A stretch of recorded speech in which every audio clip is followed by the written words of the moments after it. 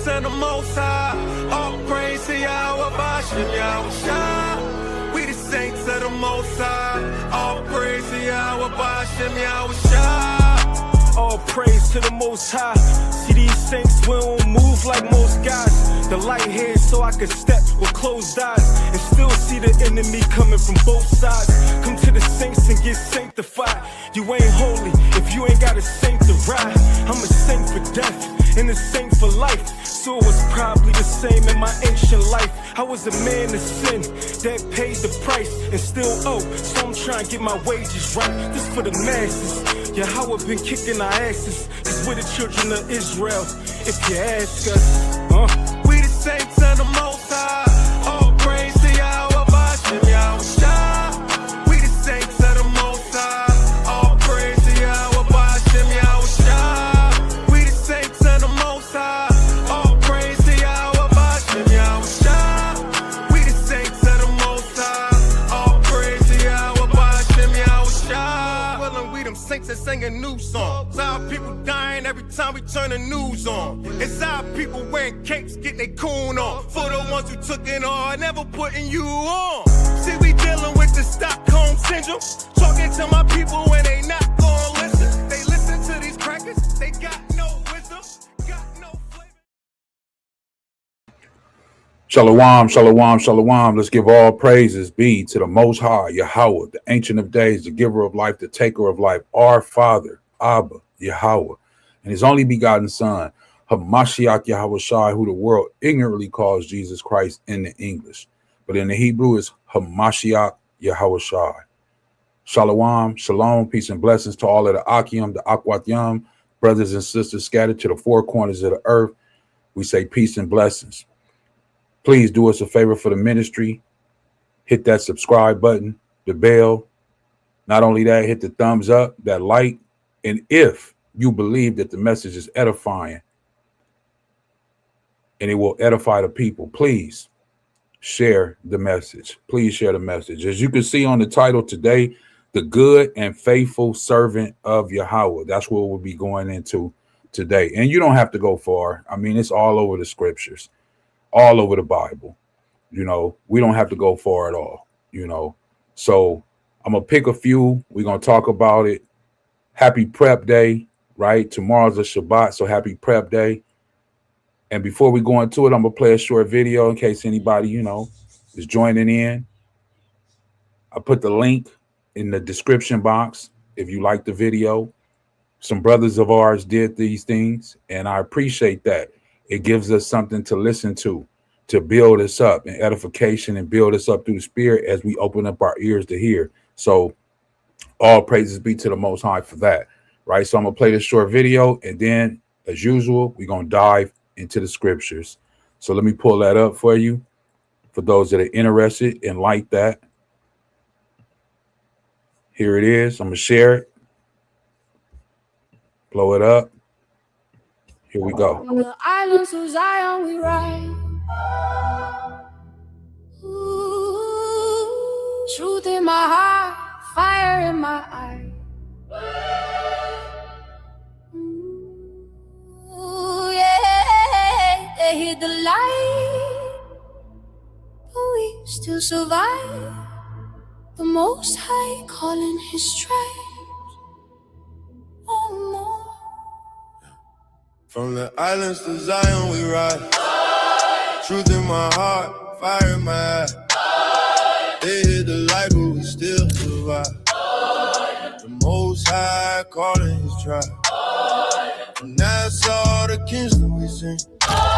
Freedom ain't gold, it's a spiritual thing. We the ones the prophets did bring. Lost but found, now we can get. They say we free, but we still in chains. Babylon system. Great day in the Bahamas to see y'all, man. I am happy to see this. Y'all gave all that we supposed to keep. No wrong call by sip living water. Teach these sons, protect these daughters. Stop it, said I ain't moving no brick. Word on my tongue, that's the real stick. Tell my Bahamian brothers, keep the light on. Tell my stays strong. No more dreams, chained to Babylon song. King returning, it won't be long gone. Them 10 we slow, but we wise, now you see. True crack open like the corns by the sea. Granny been say, boy, pray and stand firm. Now we know it's that we finally earned. We ain't bowing to no idol king. Just coming, I feel that sting. From Freeport Dock to Cat Island Shore, we singing Revelation, Babylon, oh, oh, oh. From the islands to Zion we ride. Truth in my heart, fire in my eyes. They hit the light, but we still survive. The Most High calling His tribe. And He shall gather His people from the eyes afar off. Bahamas, Jamaica, Haiti, stand up, the truth has returned.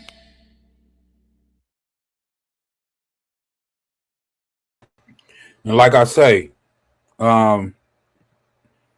that's for anybody. That link is in the description if you like that. You know, shout out to all of the Ahchyam scattered to the four corners of the earth. As I said, Jamaica, Haiti, Barbados, Thailand, Australia, wherever you are in America, South America, Colombia, you know, wherever you are, you know, peace and blessings, Shalawam to you, you know. So listen here, the good and faithful servant of Yahawah. Let's speak about one, you know, like I say, so many of them you can go to. We're going to go to Job. Everybody should know about Job, right? Job chapter 1, verse 1. There was a man in the land of Uz whose name was Job, and that man was perfect and upright, and one that feared the Most High and eschewed evil. So there was nobody like Job.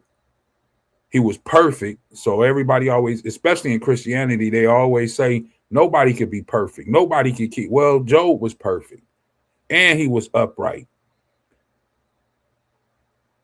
So you can't say nobody could be perfect and nobody can walk in righteousness when in the Bible, this man Job did it.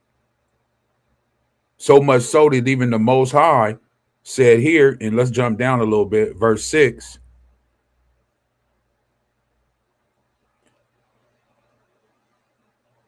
Now there was a day when the sons of the Most High came to present themselves before Yahawah, and Ahchwathyam came also among them.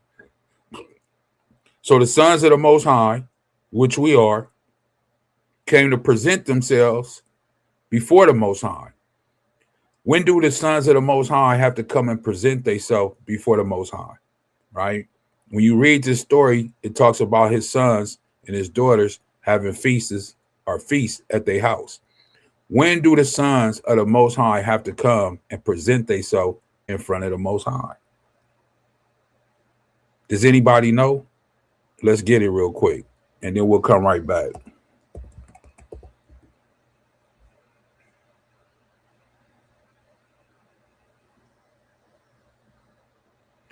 This is Deuteronomy. Let me blow it up just a little more so you can see it. The book of Deuteronomy, chapter 16, verse 16. And it says, 3 times in a year shall all thy males appear before Yahawah thy power. So 3 times out of a year, all the sons of the Most High, all of them, the sons of the Most High, they have to appear before Yahawah in the place which he shall choose, in the feast of unleavened bread, right? Passover, unleavened bread, Pesach, and in the feast of weeks, which we got coming approaching here rapidly, right? A lot of the Ahchyam getting prepared, getting ready, right? Better known in the New Testament as Pentecost, and in the Feast of Tabernacles, or the Feast of Booths, as you could call it. And they shall not appear before Yahawah empty. Every man shall give is as he is able, according to the barakah of Yahawah thy power, which he have given thee. So whatever the Most High has baraked you with, blessed you with,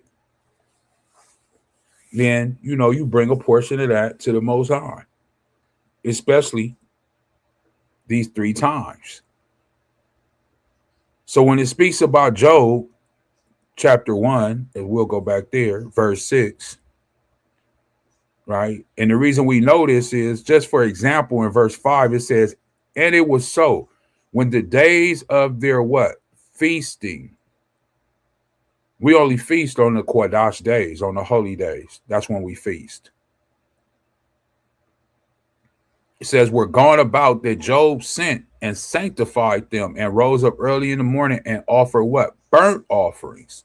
Oh, Job he's offering things to the Most High. Why? Because he knew the rules and regulations. According to the number of them all. For who? For Job said, it may be that my sons have sinned and cursed the Most High in their hearts.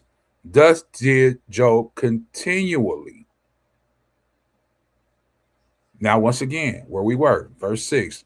Now there was a day when the sons of the Most High came to present themselves before Yahawah, and Ahchwathyam came also among them. And Yahawah said unto Ahchwathyam, whence comest thou? Right? Where you coming from? Then Ahchwathyam, Satan, answered Yahawah and said, from going to and fro in the earth and walking up and down in it. So he's all in the earth. He's leaving the earth. He's coming back to the earth. He's walking up and down in. He's all in the midst of the earth. So if you don't believe that Satan is here, well, he's telling you right here in Job 1:7, he's here. So if you don't believe he's here, he's definitely here. Verse 8. And Yahawah said unto Ahchwathyam, hast thou considered my servant Job, that there is none like him in the earth, a perfect and upright man, one that he feareth the Most High, and escheweth evil. So we have to take that into consideration. This is the Most High, our Father, Yahawah, the Ancient of Days, the giver of life, the taker of life, having a conversation with Ahchwathyam and telling him about who? His good and faithful servant, Job. That's why he's telling them that.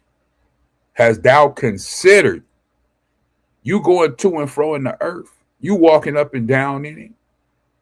Have you ever considered going after my servant, my good and faithful servant, Job?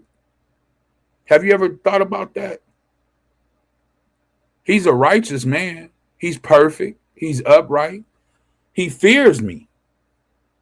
He cast aside evil, unrighteousness, wickedness.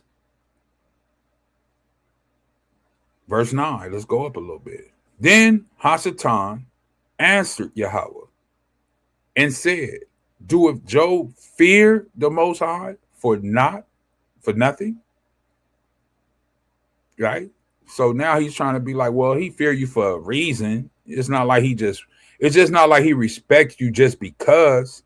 He respects you because of, here it is, 10. Has thou not made a hedge about him and about his house and about all that he hath on every side? So the Most High can put a hedge around you. So Ahchwathyam, Satan, he can't even get to you. And Satan is saying that, like, hey, yeah, he fear you, he respect you. But look, you put this hedge around him.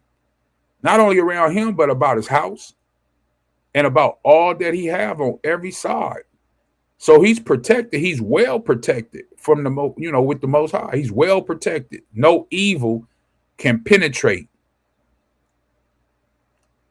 Thou hast barak the work of his hands, meaning the Most High had exalted the work of Job's hands and his substance. He was increased in the land. Verse 11. But put forth thy hand now and touch all that he hath, and he will, as Satan is saying, Ahchwathyam, he's saying, hey, he will curse thee to thy face. If you take that hedge away and you let me go at him freely, oh, he gonna curse you to your face. That's what he's saying. That good and faithful servant that you talking about, if you take that hedge away and you let me go at him, oh man, oh boy, I'm going to show you that Job will curse you to your face. Verse 12. And Yahawah said unto Ahchwathyam, behold, all that he hath is in thy power. So the Most High said, do it then. I'll take the hedge away. I'll take it away. All that he hath is in thy what? Power. Tell Satan, hey, go ahead, do it. I got enough faith. I got enough trust in my good and faithful servant, Job, that he won't do what you said he gonna do. I trust him. The Most High says, only upon himself put not forth thy hand, meaning don't touch him. You could touch everything around him, but don't touch him. Letting you know that the Most High still had a hedge and protection around who? Job. So Ahchwathyam went forth from the presence of Yahawah. And as you can see on the screen, it says, Ahchwathyam, Satan allowed to test Job. He's allowed. When somebody asks permission or needs permission, that means the Most High controls him. That means the Most High has power over Satan, Ahchwathyam, the wicked one, the serpent. It says he was allowed to test Job. Allowed. Why? Because Job was a good and faithful servant of the Most High.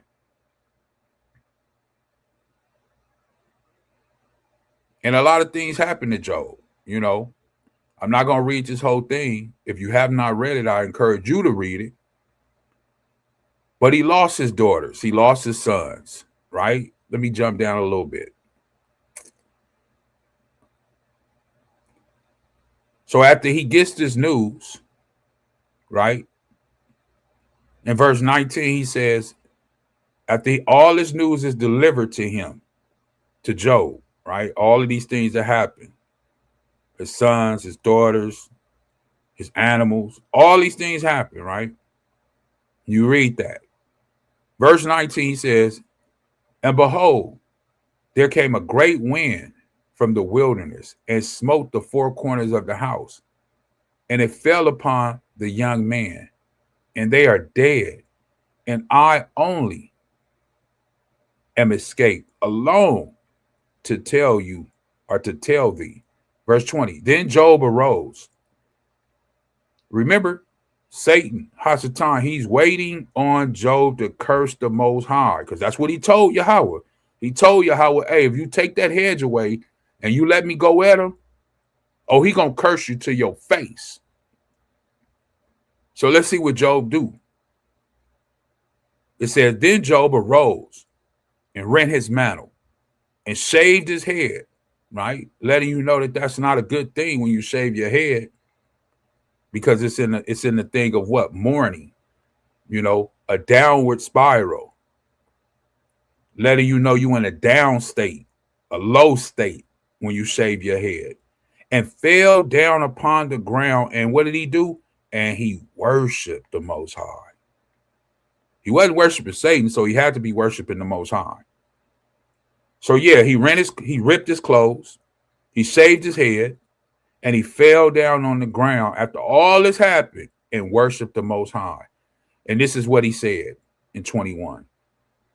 And he said, naked came I out of my mother's womb, and naked shall I return thither. Yahawah gave, and Yahawah have taken away. Barak be the name of Yahawah. In all this, Job sinned not, nor charged the Most High foolishly. So Satan was wrong. The devil, the serpent, the wicked one, the deceiver, he was wrong. He thought when he did that, Job was going to curse the Most High. But Job didn't do such a thing. He actually fell on his face, got on his knees, prayed and worshiped the Most High, and said, as it says right here in verse 21, naked came I out of my mother's womb, and naked shall I return thither. Yahawah gave, and Yahawah have taken away. Barak be the name of Yahawah. And it's written right here very clearly in verse 22. In all this, Job sinned not. Now, this is why the Most High told Satan, Ahchwathyam, to go after him. Why? Because he was a good and faithful servant of Yahawah. But, Satan doesn't give up that easy. He really doesn't. So let's go to chapter 2. So now we back at it again in chapter 2, right? Give you a minute to turn there. Verse 1, it says, again, there was a day when the sons of the Most High came to present themselves before Yahawah. And Ahchwathyam came also among them to present himself before Yahawah. Already showed you when the sons of the Most High come to present themselves before Yahawah. I showed you that just a minute ago. It's in the book of Deuteronomy, chapter 16, verse 16. 3 times a year, all males must present themselves before who? The Most High Yahawah. So here it is again. And we know when the sons of the Most High kind of present themselves, who's there? This evil, wicked one. All right, Ahchwathyam. He came also to present himself to the Most High. Verse 2. And Yahawah said unto Satan, Ahchwathyam, where you coming from?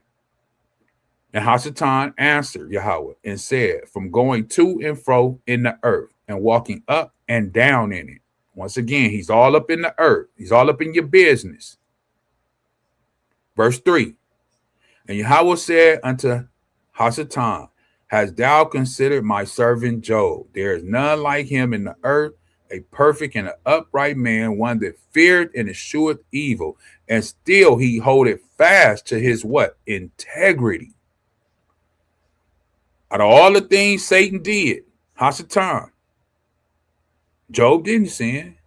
He still held on to his what? Integrity.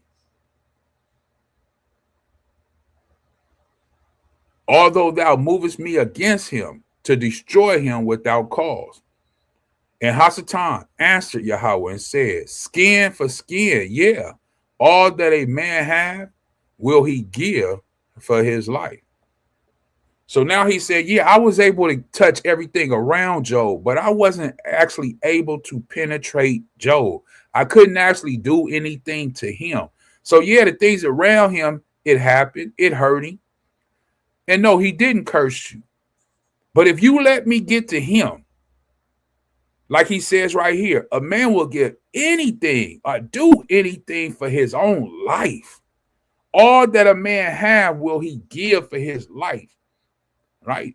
Meaning right now, the richest man on earth, I don't know who it is, but if he was getting ready to die, meaning he will give up all his fortune, all his wealth, so that he can continue to live. This is what Ahchwathyam is saying. Verse 5. But put forth thy hand now and touch his bone and his flesh, and he will. This is what Ahchwathyam, Satan is telling the Most High. Once again, he said, hey, if you let me touch him in his flesh, oh yeah, he gonna curse you to your face. Just let me get him. Let me get his flesh. Verse 6. And Yahawah said unto Ahchwathyam, behold, he is in thy hand, but save his life. Meaning, don't kill him.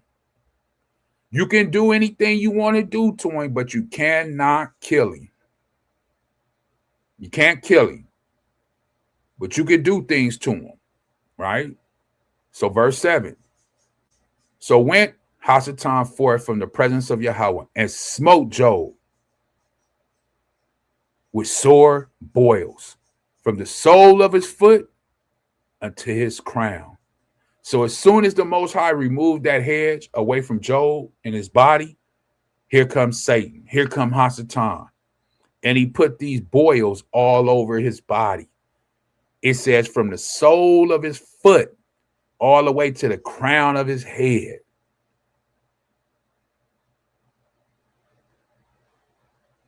Imagine that. And he took him a potsherd and scraped himself withal. So now he's scraping himself, itching, boils. And them boils, they pop and the pus leak out and it smells. And he sat down among the ashes. Verse 9. Then said his wife, not Job, but his wife,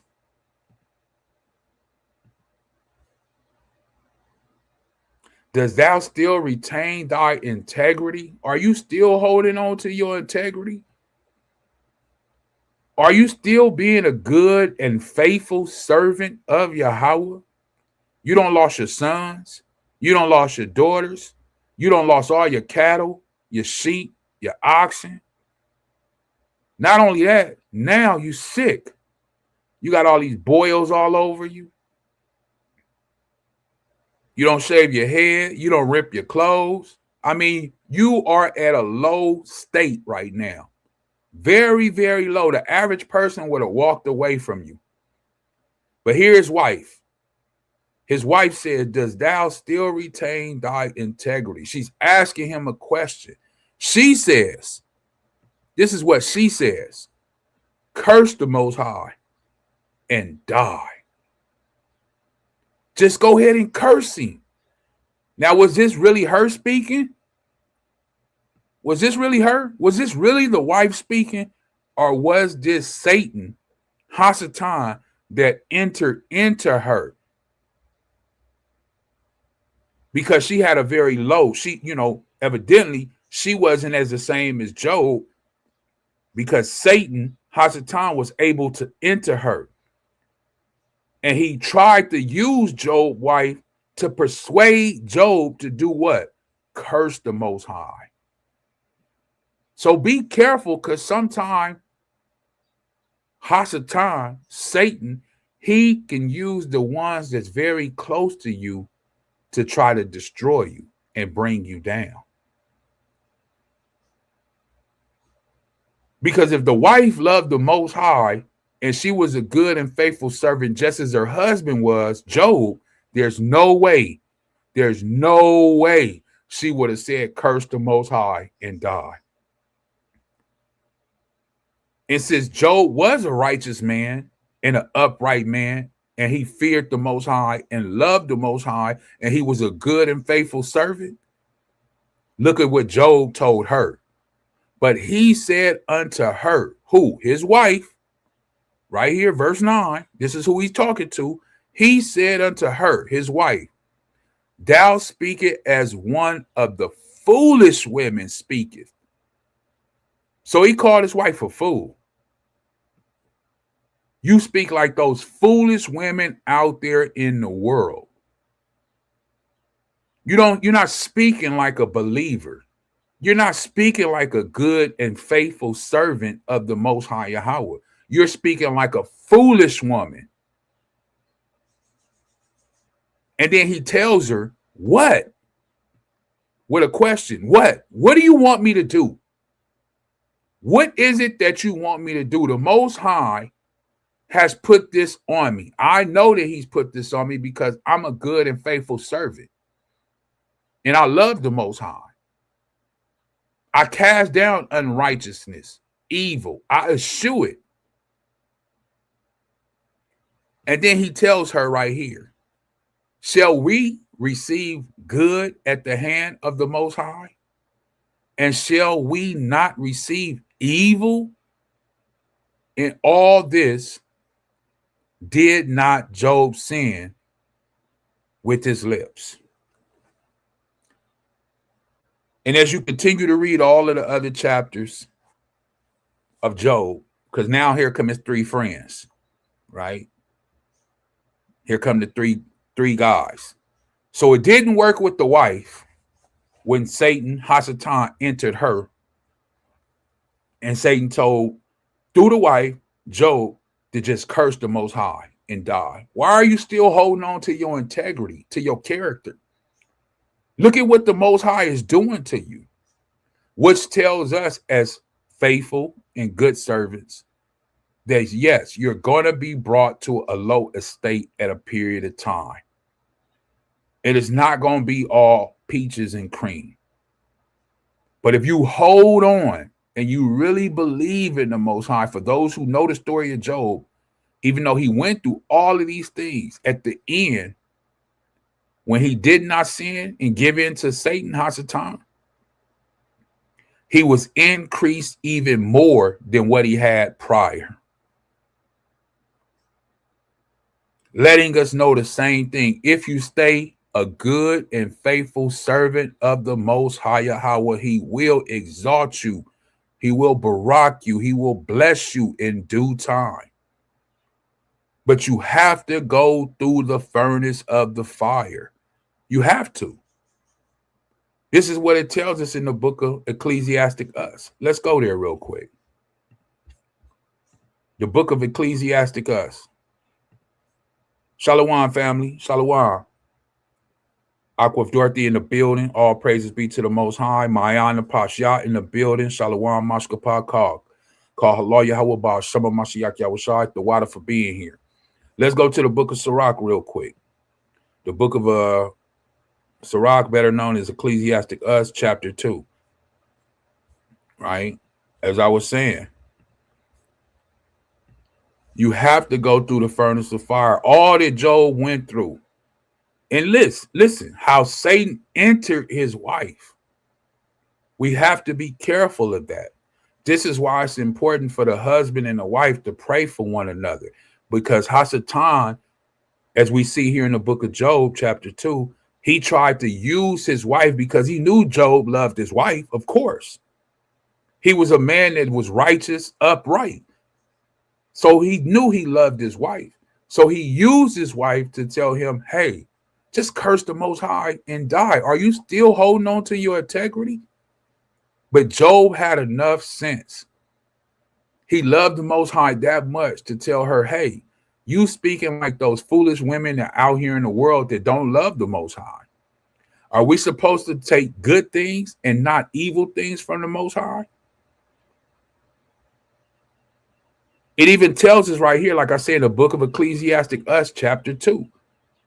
It tells us right here, my son, verse 1, if thou come to serve Yahawah, prepare thy soul for temptation. Now, who is going to bring the temptation? Satan, Ahchwathyam.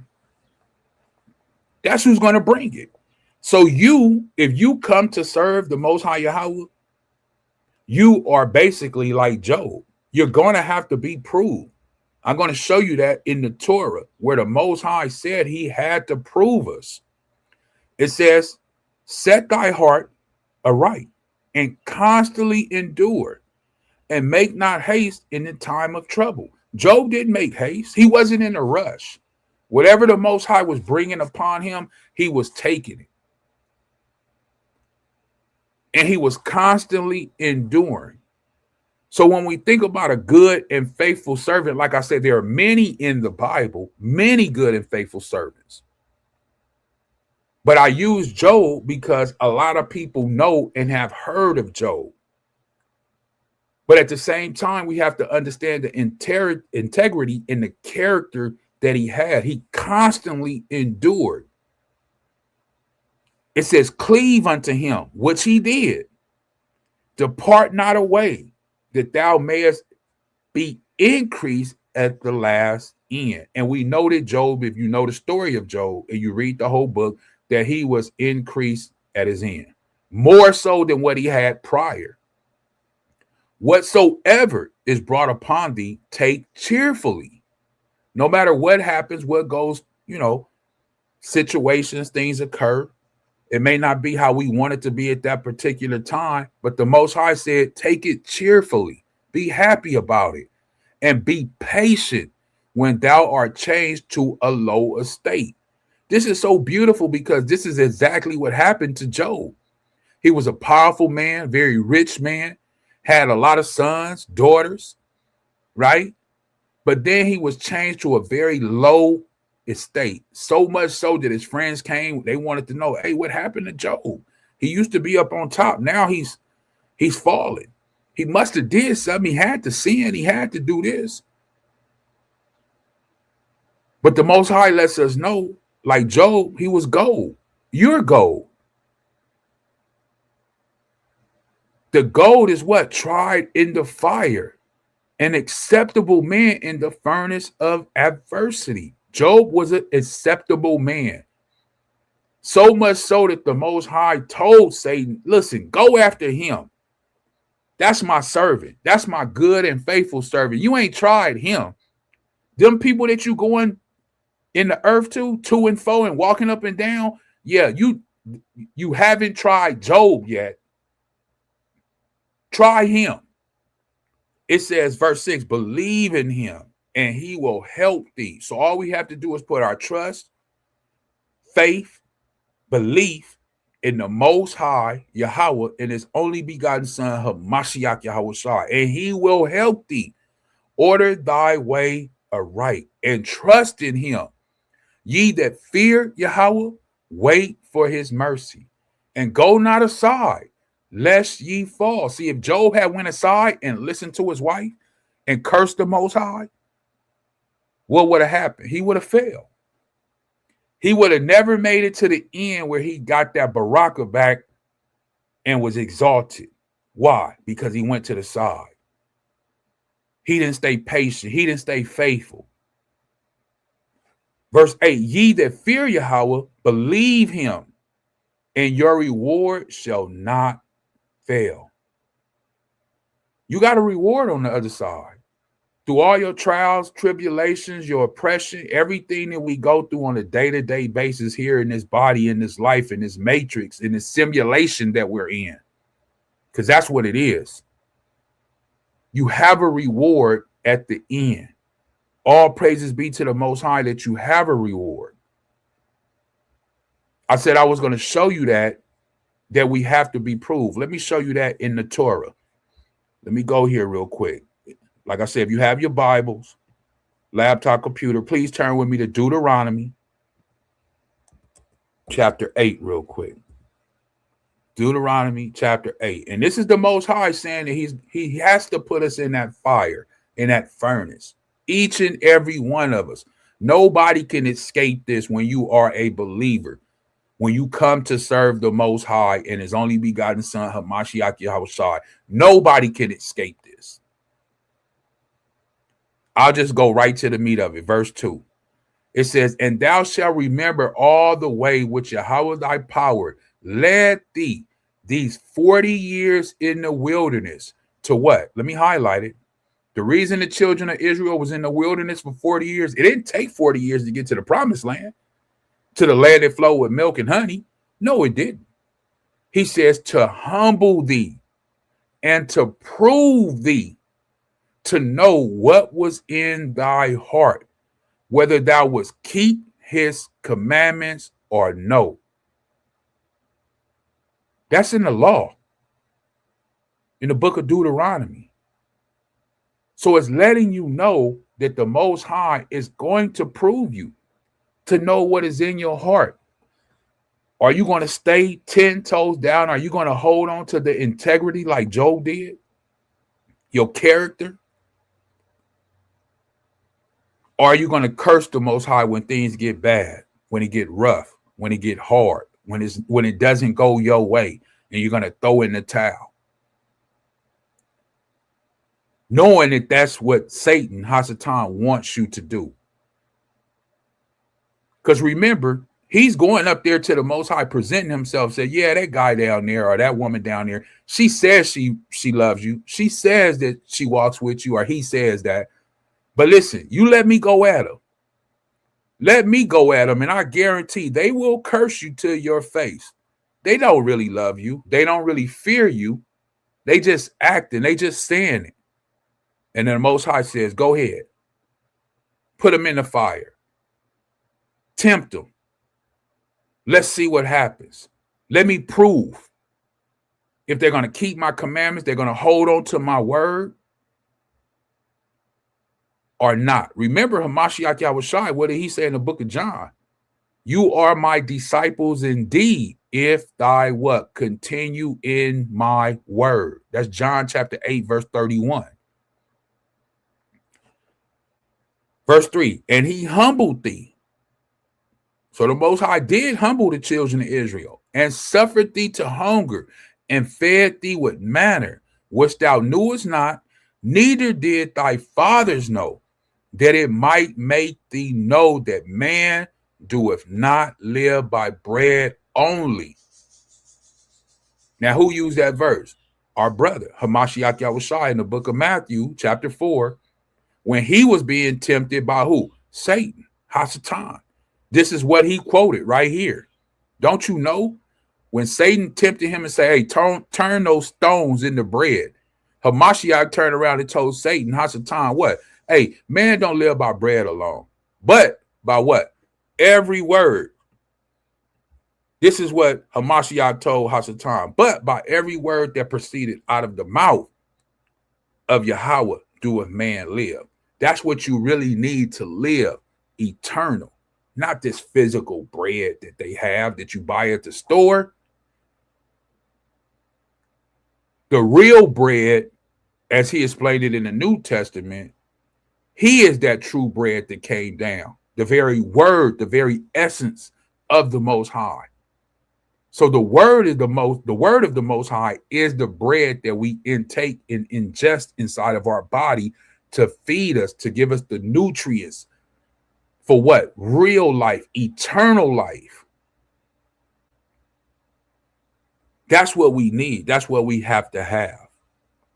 So when we look at a good and faithful servant, Job is a good one.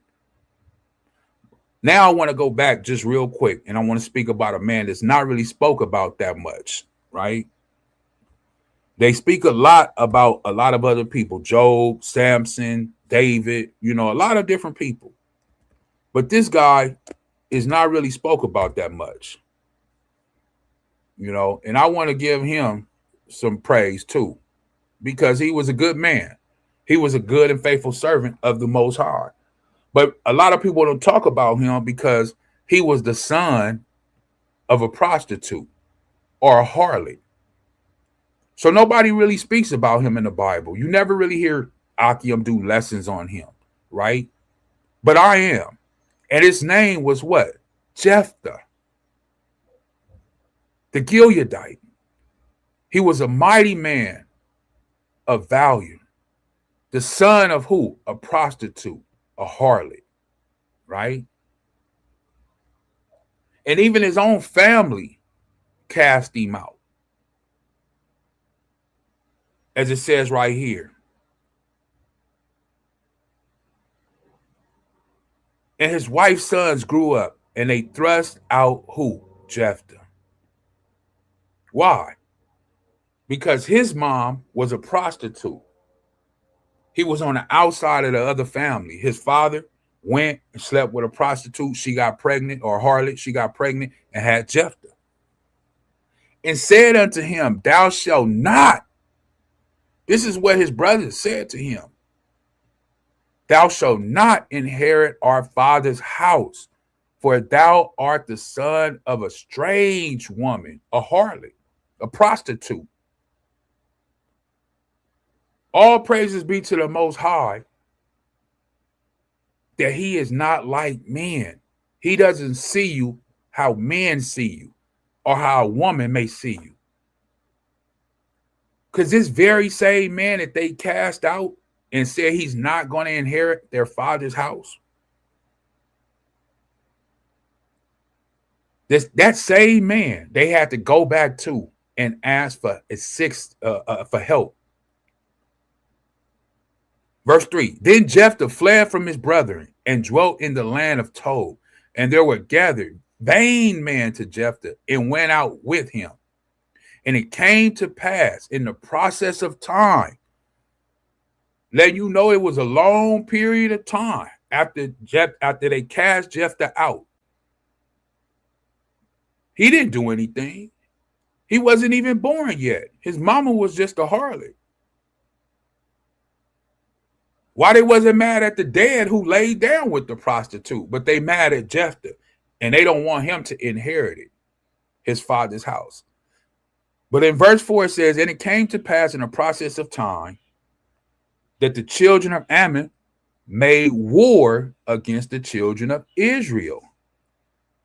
And it was so that when the children of Ammon made war against Israel, the elders, the Zaquan, what happened? What did they go do? After this war going on now, who did they go fetch? Jephthah. Out of the land of Tob. But wait a minute, they just cast out Jephthah, his brothers and his family, and said, hey, you can't be here. Your mama's a prostitute. You're not going to inherit nothing. But now the nation,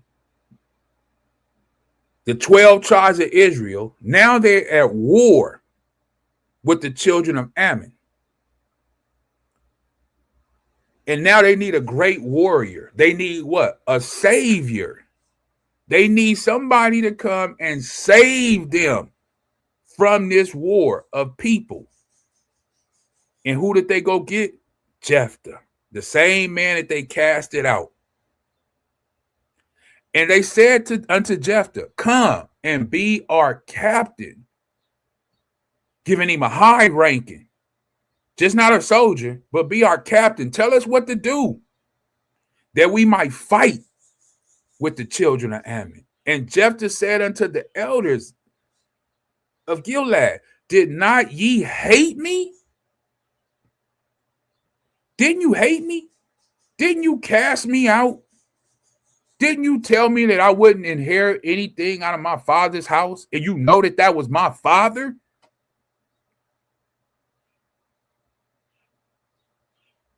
Jephthah,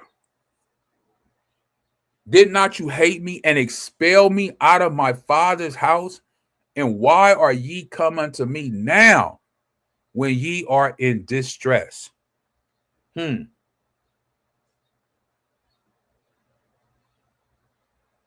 So look who they had to go get. Jephthah, the same man that they cast out that they didn't want. But they had to go get him. So to make a long story short, for time's sake, I'm not going to read this whole thing, but he accepted, right? He did accept. He ended up going and he goes to war, right? So I'm going to jump down some because now we know who we're speaking about. If you have not read the story of Jephthah, please, please, please go back and read the book of Judges. Please. I strongly encourage you. And this is why this is not spoken about a lot. You know, people pick who they want to talk about in the Bible, and then they, kind of put them out there on a pedestal. But what about all of the other people that did great things? Is he not a great man because his mother was a prostitute or a harlot? But yet he saved the children of Israel with this war Ammon? Because let's be honest, if you really know about the Bible, if Ammon had conquered Israel as they were taking all of these people's lands, because the Most High said it, hey, if they had won, then the other people would have said, hey, if they could do it, we can do it. Remember, they only took a portion of the Moabite land where Ruth was. For those who know, that was the country, not the city.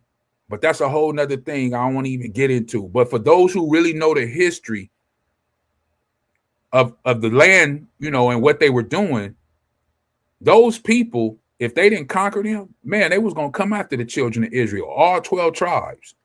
So they used Jephthah, and he accepted, and then he went to war. So I'm going to jump down to verse 29 is where I want to go.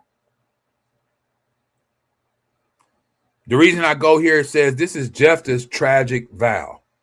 In all this, of course, we know that he loved the Most High.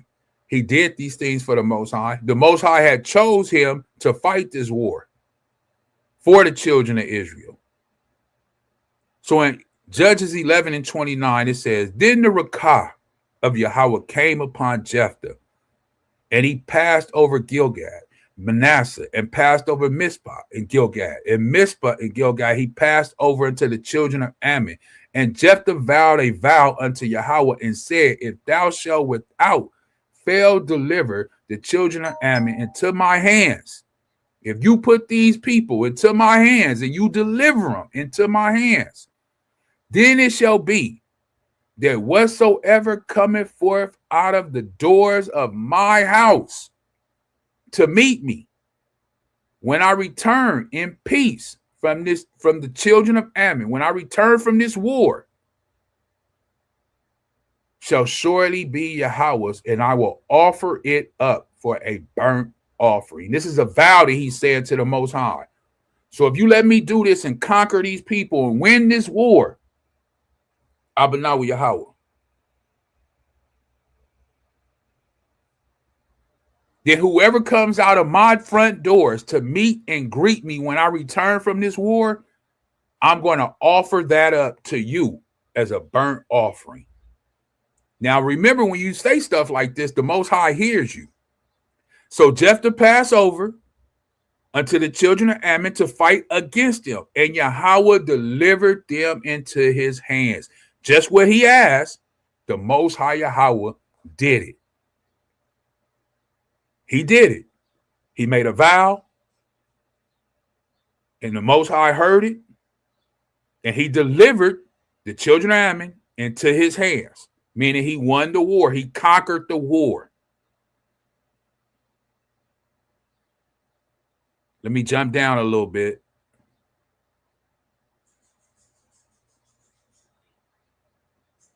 Okay, here it is, 34. Judges 11 and 34. Now, Jephthah came from Mizpah unto his house. So the vow he made, now he's finished the war. He subdued them. He conquered the children of Ammon. And it says, and behold, let me highlight this right quick. So he's coming back to his house.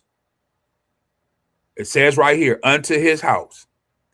And behold, his daughter came out to meet him with timbrels and with dances, and she was his only child.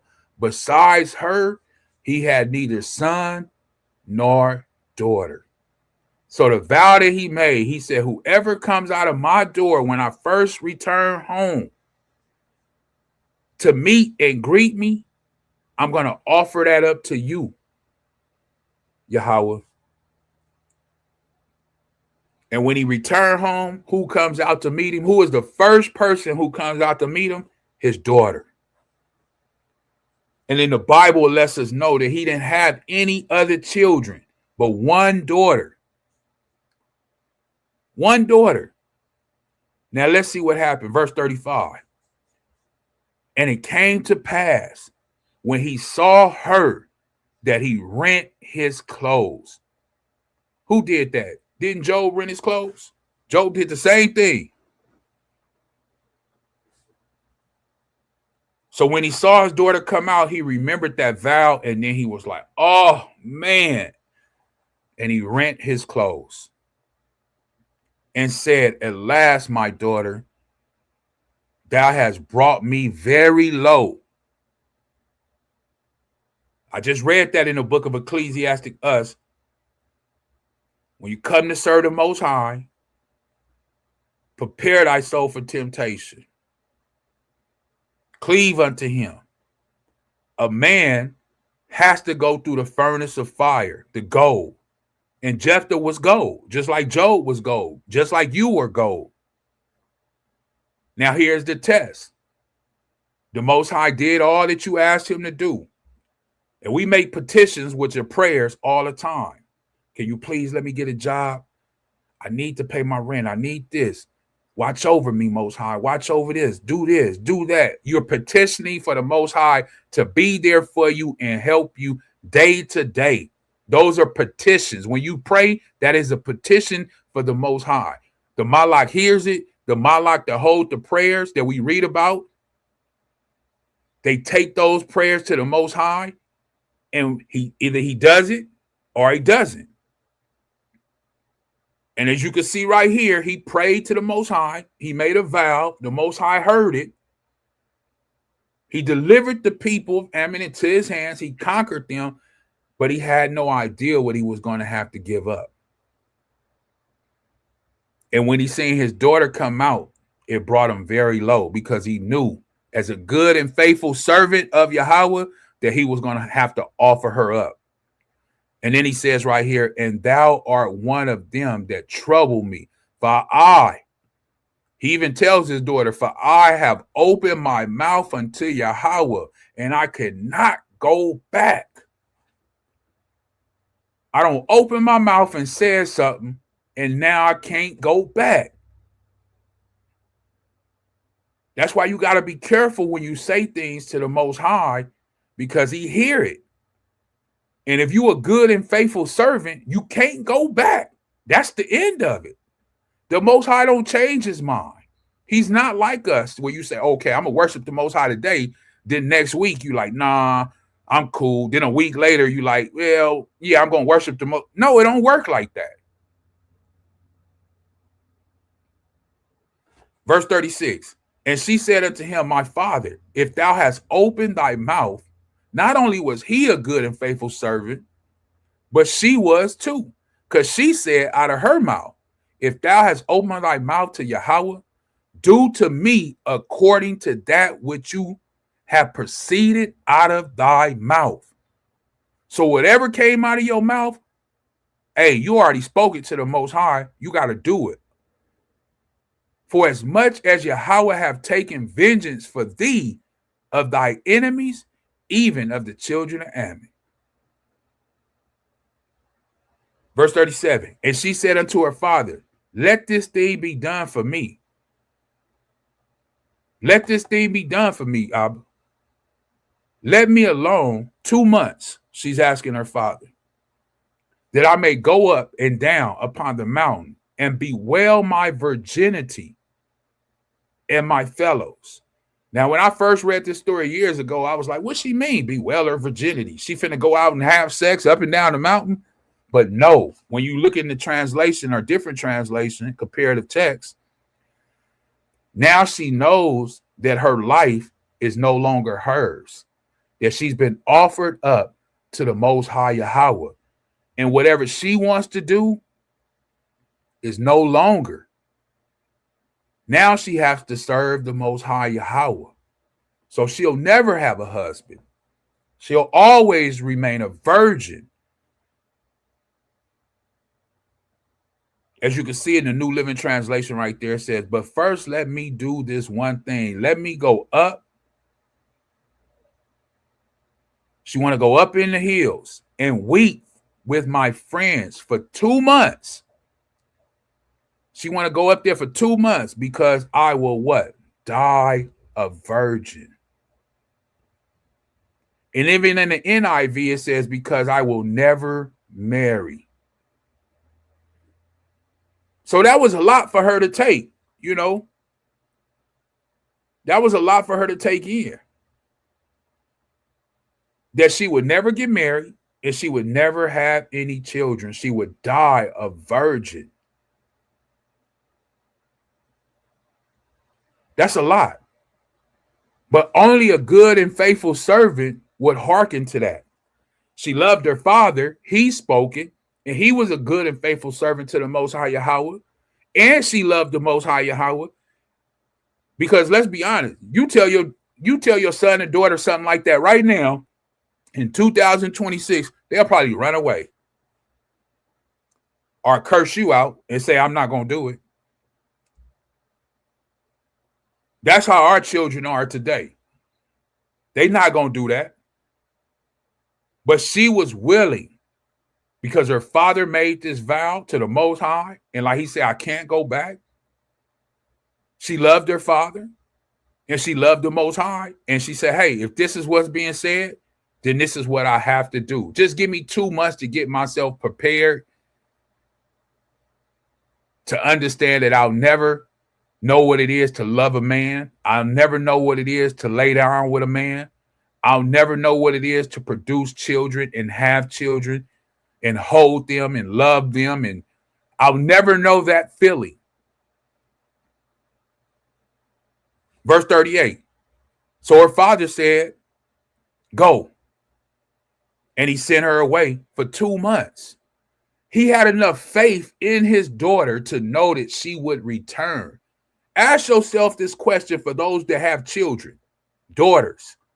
Do you think your daughter will return to come to the Most High and give herself to the Most High? Honestly, and never get married and remain a virgin for the rest of her life because you vowed a vow? How many of our children would really come back after they left for 2 months? How many?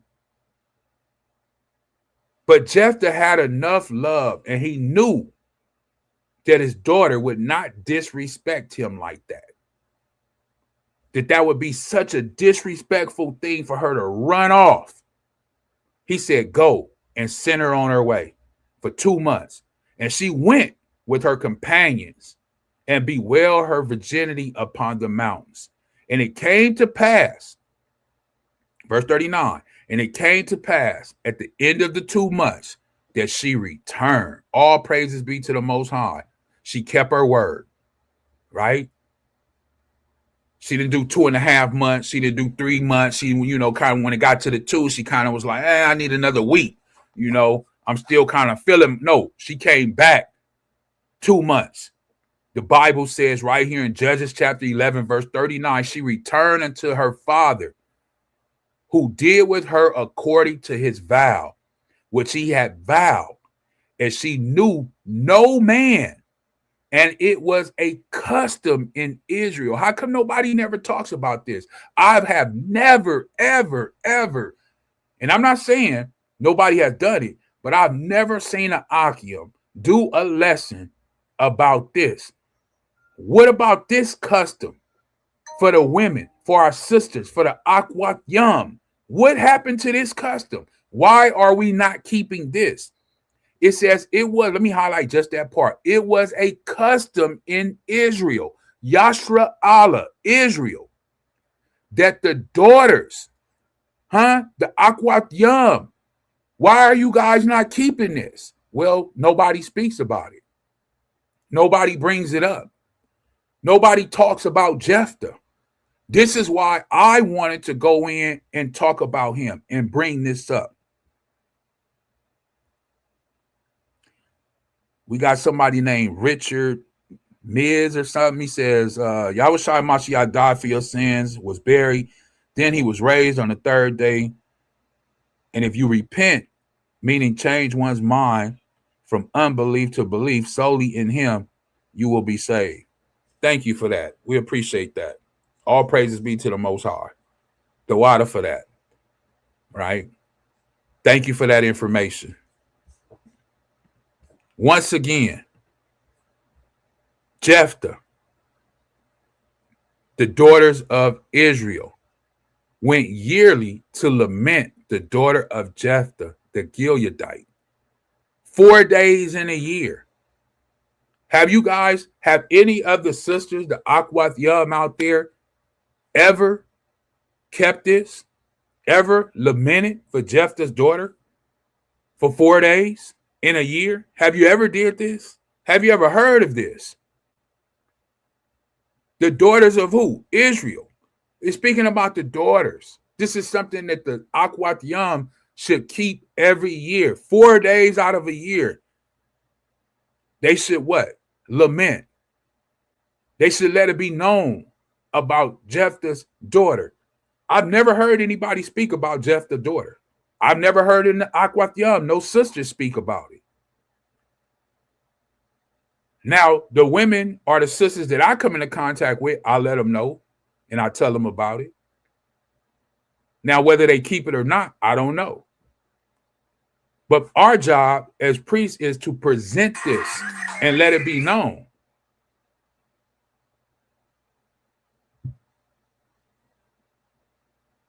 That's our job, to present it.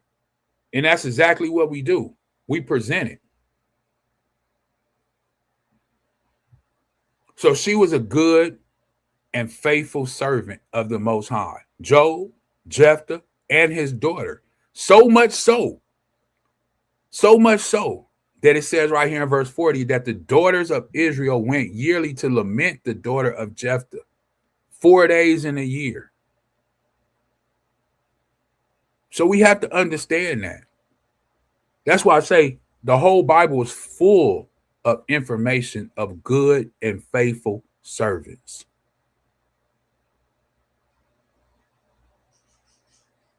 Let's go somewhere else real quick. Let's go to Deuteronomy. Let me read this. All right, let me read this for this guy right here, right? Richard Miz, okay? This is for you, Richard. Let me know if you agree with this. This is the book of Deuteronomy, chapter 7. Let me know if you agree with this, Richard. When Yahawah thy power shall bring thee into the land, whether thou goest to possess it, and thou hast cast out many nations before thee, the Hittites, the Girgashites, the Amorites, the Canaanites, the Pezerites, the Hivites, the Jebusites, 7 nations greater and mightier than thou. And when Yahawah thy power shall deliver them before thee, thou shalt smite them and utterly destroy them. Thou shalt make no covenant with them, nor show mercy unto them. Do you agree with this, Richard? Neither shalt thou make marriages with them. Do you agree with this, Richard? That you're not supposed to make marriages with these people? Thy daughter shall not give unto his son, nor his daughter shalt thou take unto thy son. For they will turn away thy sons from following me, that they may serve other deities. So will the anger of Yahawah be kindled against you and destroy thee suddenly. So you want to remain a good and faithful servant. You don't want to do the things that he said don't do, right? Don't make marriages with these people. Don't make a covenant with these people. That wouldn't be a very good and faithful servant. Why? Because he says, for they will turn away thy son from following me. That's why. And they'll serve other deities. And then when they do that, the anger of the Most High will be kindled against you and destroy you. But thus shall you deal with them. This is how you shall deal with them. Ye shall destroy their altars and break down their images and cut down their groves and burn their graven images with fire. For thou art a Quadash people unto Yahawah thy power. Yahawah thy power hath chosen thee to be a special people unto himself above all people that are upon the face of the earth. Do you agree with this, Richard? If you're still in the building? Oh, it look like he done ran off. He did one of them drive-bys, right? A drive-by. Look like he ran off. That's okay. That's what they usually do. Deuteronomy 7:7. Yahawah did not set his love upon you, nor choose you because you were more in number than any people. For you were the fewest of all people. But because Yahawah loved you, and because he would keep the oath which he had sworn unto your fathers, Yahawah brought you out with a mighty hand and redeemed you out of the house of bondmen from the hand of Pharaoh, the king of Egypt. Verse 9.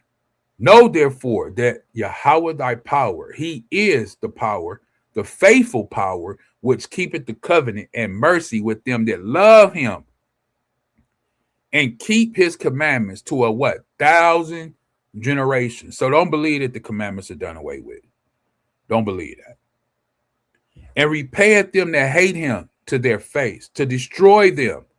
He will not be slack to him that hateth him.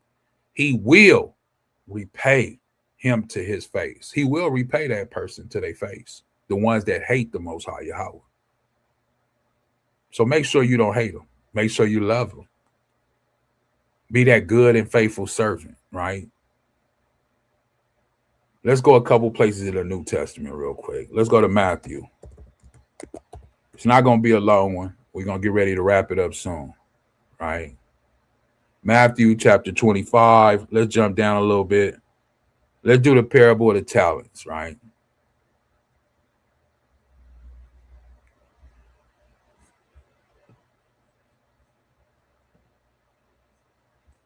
And ain't nobody going to get away from this one. So you can run, but you can't hide.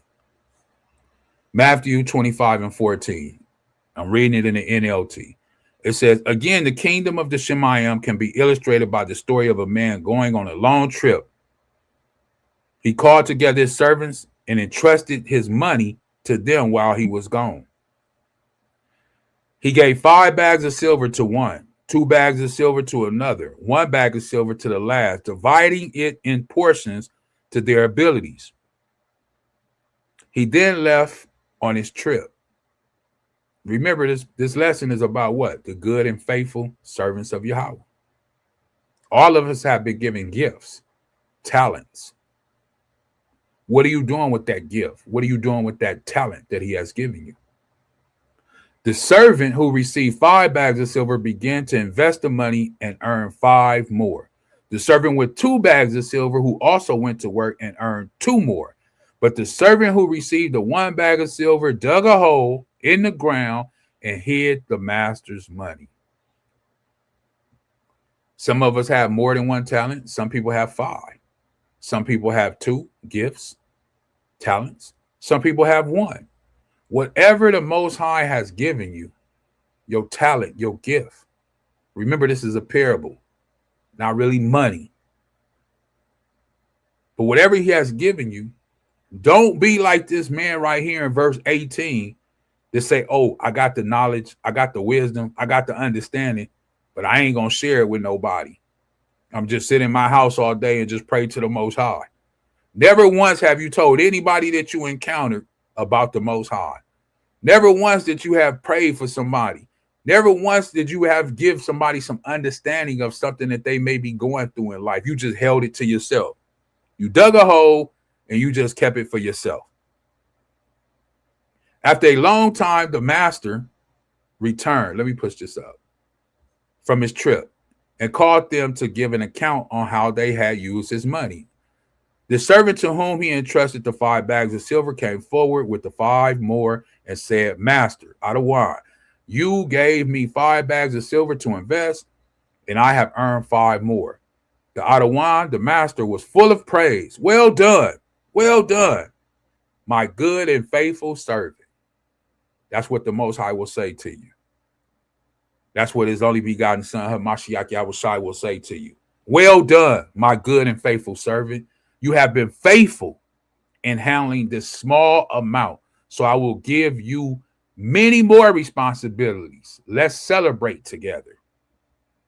The servant who had received the 2 bags of silver came forward and said, Ahchwathyam, you gave me 2 bags of silver to invest, and I've earned 2 more.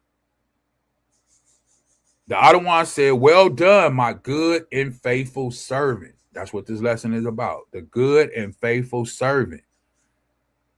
You have been faithful in handling this small amount. So now I will give you more responsibilities. This is what Hamashiach.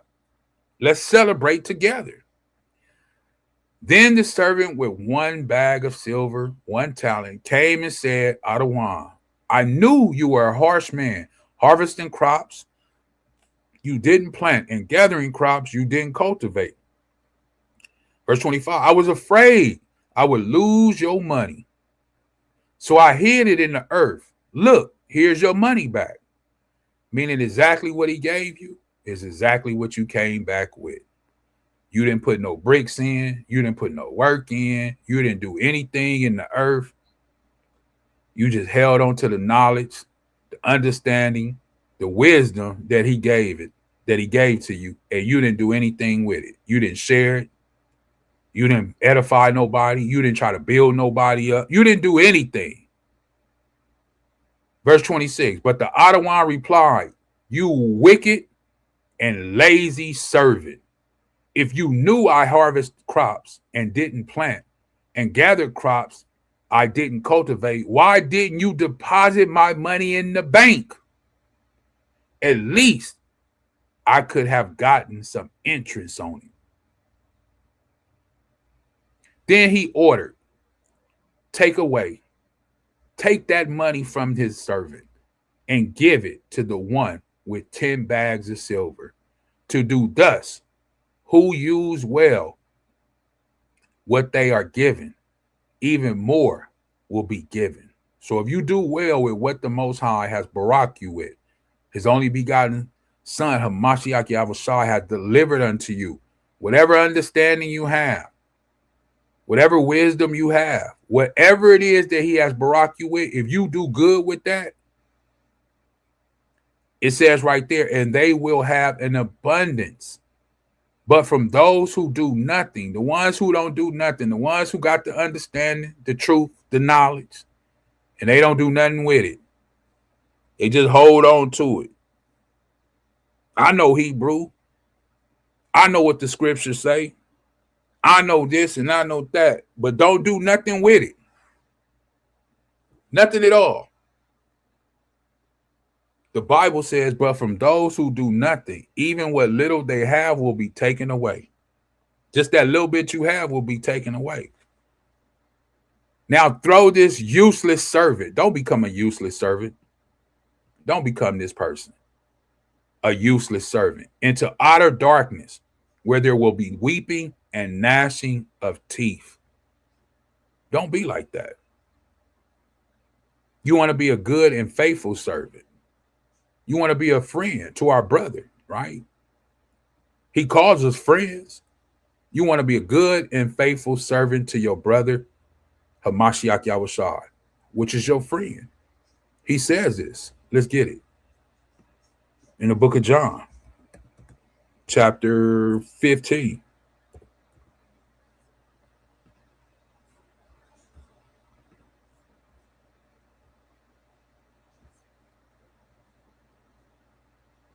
John 15 and 12. This is my commandment, that you love one another as I have loved you.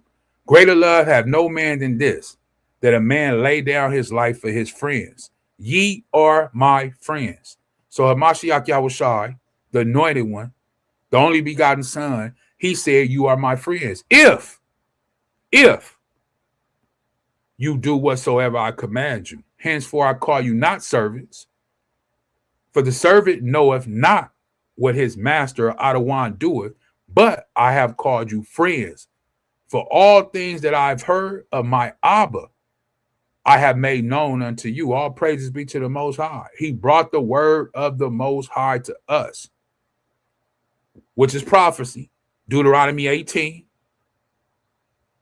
He says, you have not chosen me, but I have chosen you. A lot of people think they come to Hamashiach Yahawah. No. You were chosen before the foundation of the earth and ordained you that you should go forth, listen, and bring forth what? Fruit. And that your fruit shall remain, that whatsoever you shall ask of the Abba in my name, he may give it to you. He may give it to you, Salakia. These things I command you, that you love one another. We're supposed to love one another as brothers and sisters. We should love one another. And in doing so, you will be a good and faithful servant, loving one another. Remember, he said you can hang those two commandments. Love the Most High with all your heart, mind, and soul, and love thy neighbors and love yourself. Those two commandments, you can hang all the rest of the commandments on those, and you'll be all right. You'll be all right. Let's turn here real quick as we get ready to wrap it up. Getting close. Revelation 7, right? I want to go here because people are always talking about this. The multitude, right? And these people right here are good and faithful servants. After this, I beheld And lo, a great multitude, which no man can number, of all nations, kindreds, and people, and tongues, stood before the throne and before the Lamb, clothed in what? White robes. So we know that they were good and faithful servants. Why? Because they have received the white robes and palms in their hands. Now, for those who know, when you read 2nd Ezra chapter 2, it speaks about these people with the white robes, receiving crowns and palms in their hand. 2nd Ezra chapter 2. Read that. And I cried with a loud voice, saying, Salvation to our Allah, which sitteth upon the throne unto the Lamb. And all the Malaks stood round about the throne and about the elders and the 4 beasts, and fell before the throne on their faces and worshiped the Most High. So they even worshiping the Most High in the Shemayim, right? They falling down worshiping who? The Most High. They are good and faithful servants up there in the Shemayim, saying, Yahawah, Barak, and glory, and wisdom, and thanksgiving, and honor, and power, and might be unto our power forever and ever. They are praising the Ancient of Days, the Most High, praising him. We have to understand what they're doing here. And one of the elders answered, saying unto him, What are these which are arrayed in white robes? And whence came they? And he said unto them, or to him, Salakia, Sir, thou knowest? And he said to me, These are they which came out of the great tribulation and have washed their robes and made them white in the blood of the Lamb. How can you have that white robe? Well, you got to wash it. And how do you wash it? In the blood of the Lamb. That's how you become a good and faithful servant. That's how you become one of his disciples, as he said. And I quoted it earlier, John 8 and 31. Let me just go straight to it. Right? John 8 and 31. Then said Yahawah to those Jews which believed on him, If ye continue in my what? Word, then are ye my disciples indeed. Only if you continue in his word. And he always told us what? If you love me, keep my commandments. And ye shall know the truth, and his truth shall make you free. He always led you and told you to keep what? The commandments. That's what a good and faithful servant is. That's John 14.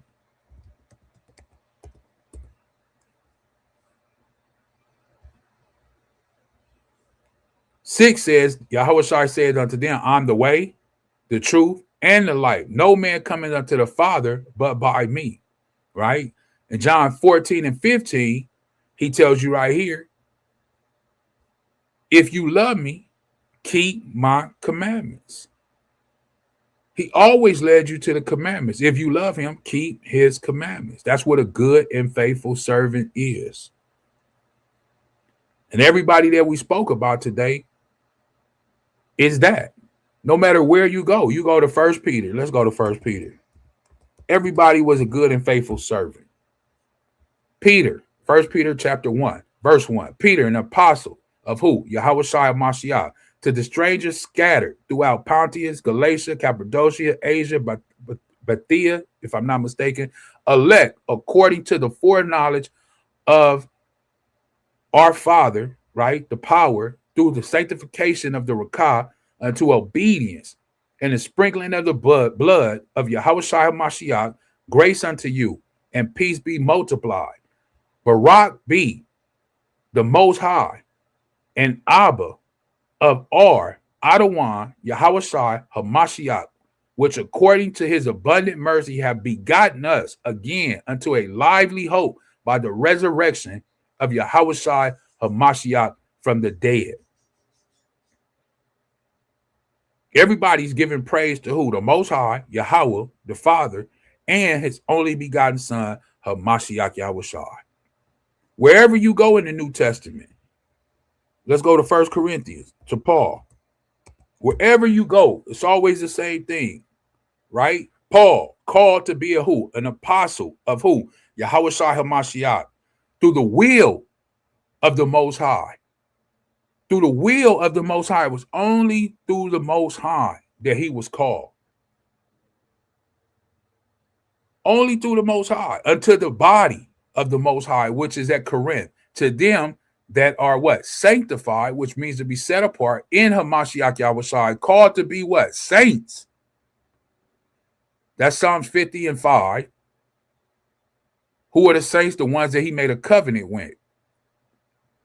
with all that in every place call upon the name of Yahushua Mashiach are Ahchwathyam, both theirs and ours. Grace be unto you and peace from who? The Most High, our who? Father. And from the Ahchwathyam Yahushua Hamashiach. I thank the Most High always on your behalf for the grace of the Most High, which is given to you by Yahushua Hamashiach, that in everything you are enriched by him, in all utterance and in all knowledge, even as the testimony of Hamashiach was confirmed in you, so that you can, Salakia, so that ye come behind in no gift.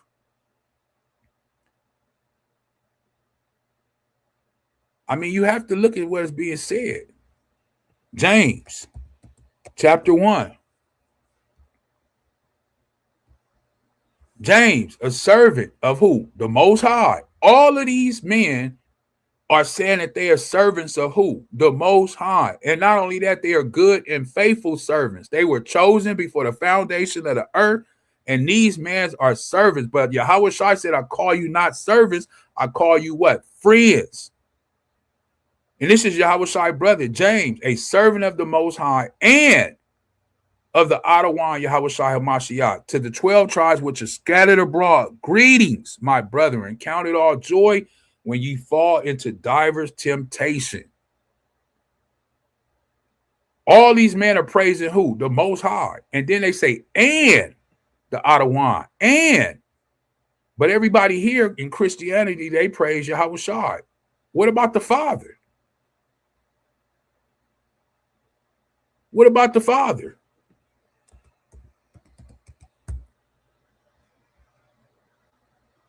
Paul, Ephesians 1, Paul, an apostle of Yahushua Mashiach, by the will of who? The Most High. It's only by the will of the Most High. This is how these men were good and faithful servants, because they knew who they worshiped. They knew.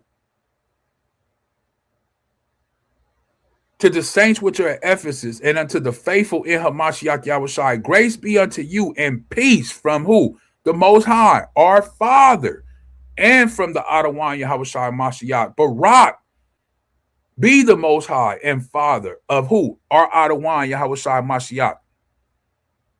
They said, exalted be the Most High, our Father, Abba, of who? The Ahchwathyam Yahushua Mashiach, who has blessed us, exalted us with all spiritual blessings in who? Heavenly places in Hamashiach, according as he has chosen us in him before the foundation of the world, that we should be quadash and without blame before him in love, having predestined us unto the adoption of the children by Yahushua Hamashiach to himself, according to the good pleasure of his will, to the praise of the glory of his grace, wherein he hath made us accepted in the beloved, in whom we have redemption through his blood, the forgiveness of sins according to the riches of his grace. All praises be to the Most High. I mean, where are you going to go to? All these people were good and faithful servants, no matter where you go. But once again, we know what we worship. We know what we worship. You know, it's a lot of our people out there who don't know what they worship. John 4:22. Right? John 4:22. Ye worship Ye know not what. A lot of people don't know who they worship. They really worship that picture that they know, that idol that they know, that idol that they bow down to. Is that a good and faithful servant? No. No, it's not. Why? Because they don't know what it is they truly worshiping. They saying that Hamashiach is the Father. They worshiping him. When he said, don't worship me, worship the Father. So it's just a bunch of confusion, like I did the lesson yesterday on confusion. Anyway, John 4:22, you worship, ye know not what. We know what we worship, for the salvation is of the Jews. But the hour cometh, and now is, when the true worshipers shall worship who? The Father. The hour is here. See what it say? We're the true worshipers. Not them people who don't know in 22. Not all them Christians in the church on Sunday listening to that pastor. Not all them people that's in the congregations, camps, or whatever, who really don't know who it is that they worship.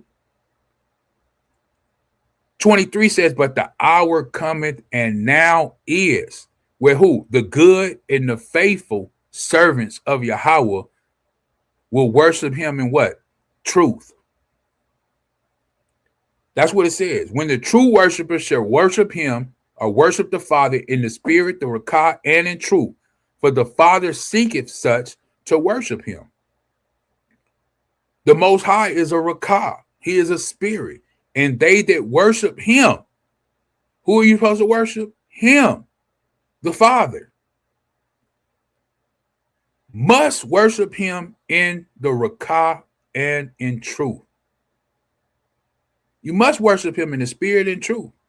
The woman said unto him, I know that Messiah cometh, which is called Hamashiach, the anointed one. When he is come, he will tell us all things. If you waiting on the Messiah, you waiting on Hamashiach Yahushai, the anointed one, well, here it is. Yahawah saith unto her, I that speak unto thee am he. And upon this came his disciples and marveled that he talked with the woman. Yet no man said, what seekest thou? Or why talkest to that woman? They knew better. They knew better. You know. So this is why we have to go and read from Genesis to Revelation and give praises to the Most High Yahawah, as our brother did, Hamashiach Yahushai. That's who he prayed to. That's who he gave the praises to, you know. So as we close out, hopefully this was edifying for you. Hopefully you got some understanding from it. Like I say, this is to give honor, glory, and praise to the Most High Yahawah and all his good and faithful servants that's out there doing the work and the will of the Most High. Living day to day, putting in their work, putting in their brick, praising the Most High, loving his only begotten son, believing on his only begotten son, Hamashiach Yahushua. Hamashiach Yahushai. That's what it's all about. Being a good and faithful servant of the Most High Yahawah. Let's go here. John chapter 17, verse 1. These words spake Yahushua and lifted up his eyes unto the Shemayim and said, Abba, the hour is come. Glorify thy son, that thy son also may glorify thee. As thou hast given him power over all flesh, that he should give eternal life to as many as thou hast given him. And this is life eternal, that we may know thee, the only true Allah, and Yahushua HaMashiach, whom thou hast sent. I have glorified thee on the earth. I have finished the work which thou gavest me to do, Salakia. And now, O Abba, glorify thou me with thy own self, with the glory which I had with thee before the world was. That's what he said, before the world was. I was with you, Abba, before the world was. Before any of these people had any kind of mindset or any kind of thing that they was going to say. I was a good and faithful servant way in the beginning. When you first created me, I have manifested the name unto them, right? He manifested thy name unto us, to the apostles, to us. The man which thou gavest me out of the world, thine they were, and thou gavest them me. And they have kept thy word. Now they have known that all things whatsoever thou hast given me are thee, Salakia. For I have given unto them the words which thou hast gavest me, and they have received them, and have known surely that I came out from thee. And they have believed that thou didst send me. I pray for them. I pray not for the world, but for them which thou hast given me, for they are thine. He said, I ain't praying for the whole world. I'm praying for those that you have given me, which are who? Good and faithful servants. And they took it all the way to the death. Peter, John, Bartholomew, Paul, Matthias, all of the others, James, they took it all the way to the death. And even the ones that's not written about, that gave up their life for Hamashiach Yahushua, gave up their life for the Most High. The ones that we don't know about, that don't get that's not written about, that don't get the accolades and none of that. All those Ahchyam and Ahchwathyams that laid down their life for the Most High and His only begotten Son, Hamashiach Yahushua, and that were good and faithful servants. We salute you on this day right here, on this prep day, going into the Shabbat day. We salute all of the fallen soldiers that laid down their life. All of the ones that's going to get that white robe, to get that crown, to get the palms in their hand. The good and faithful servants of the Most High Yahawah. We salute you on this day. We give praises, honor, glory, esteem to the Most High Yahawah. The water for all those that did tune in and will tune in at a later time. All praises be to the Most High Yahawah. If you believe that this message is edifying, please share it with someone. Hit that like button and share and subscribe. Tomorrow we'll be live at 12 o'clock on the Shabbat day. Yahawah willing, we'll have a good lesson. Yahawah willing, He allows us to wake up and have breath in our body, could continue to do the will of the Most High, right? Continue to do the will of the Most High. Don't get those talents. Don't get those bags of silver and don't do anything with them. Those gifts that He gives us, don't do anything with them. Don't be that servant. Be a good and faithful servant. Do the work and do the will of the Most High. Once again, giving praises, honor, and glory to Him, the Ancient of Days, the giver of life, the taker of life. Everybody, happy prep day. And we'll see you tomorrow on the Shabbat, 12 p.m. our time, West Coast. With that, I say Kwam Yasharallah and Shalawam. The water for being here, everybody.